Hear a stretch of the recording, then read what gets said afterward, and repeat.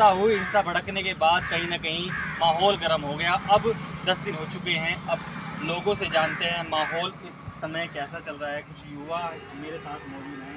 क्या नाम है? मोहम्मद साहिद। मोहम्मद साहिब, कैसा चल रहा है माहौल?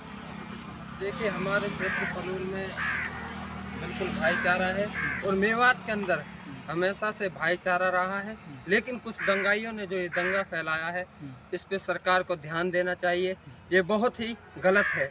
मैं चाहे वो हिंदू समाज का हो, चाहे वो मुसलमान समाज का हो, जो गलत करता है मैं उसके साथ नहीं हूँ।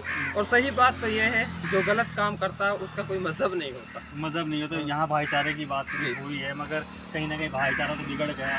मुंह में आग लगाई दंगाइयों ने, घर जले, मकान जले, पत्थर बरसे। किसको कहोगे? सबसे पहले तो ध्यान देने वाली बात है, आप मीडिया को पता है और आप उसी दिन से नूह में कवर कर रहे हो जो वो वीडियो वायरल हुई थी। आप ये बताइए, अभी कुछ दिन पहले कावड़ के जीजा कहना और तुम्हारे बहने आ रहे हैं, ये बहुत गलत है।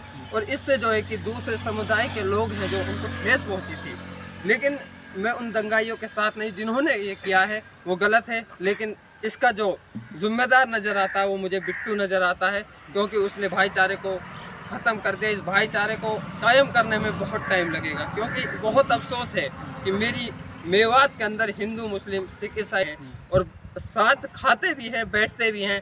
और दिवाली पर जो है कि हम उन्हें मुबारकबाद देते हैं और ईद के टाइम पर वो हमें मुबारकबाद देते हैं, गले लगाते हैं। क्यों ऐसा भाईचारे को ख़त्म करने की कोशिश कर रहे हैं ये लोग? और सरकार को ध्यान देना चाहिए। भाई साहब, ये आप भी जानते हैं और मेवात के अंदर तो ये डर बैठा हुआ है, कोई भी अगर सही वर्ड कानून के मायने है तो उसको ये डर लगता है कि कभी मुझे पुलिस ना ले जाए। आपको भी ये पता है, ये डर बैठा हुआ है नौजवानों के भी, कोई बोलने के लिए तैयार नहीं है।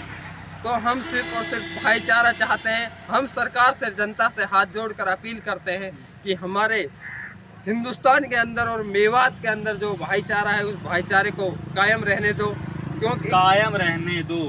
जब मगर भाईचारे की बात आई, कहा गया कि मेवात में मेहमान नवाजी। बोलूँगा, मेरे यहाँ पे कहा कि मैं यहाँ खड़े हो आप, यहाँ अचानक से भीड़ आ जाए तो मैं भाईचारे की बात कर सकता हूँ, मैं कर सकता हूँ अपील, लेकिन वो चढ़ जाते हैं तो उसमें मेरी यही रिक्वेस्ट है, निर्दोष लोगों को ना सताएं।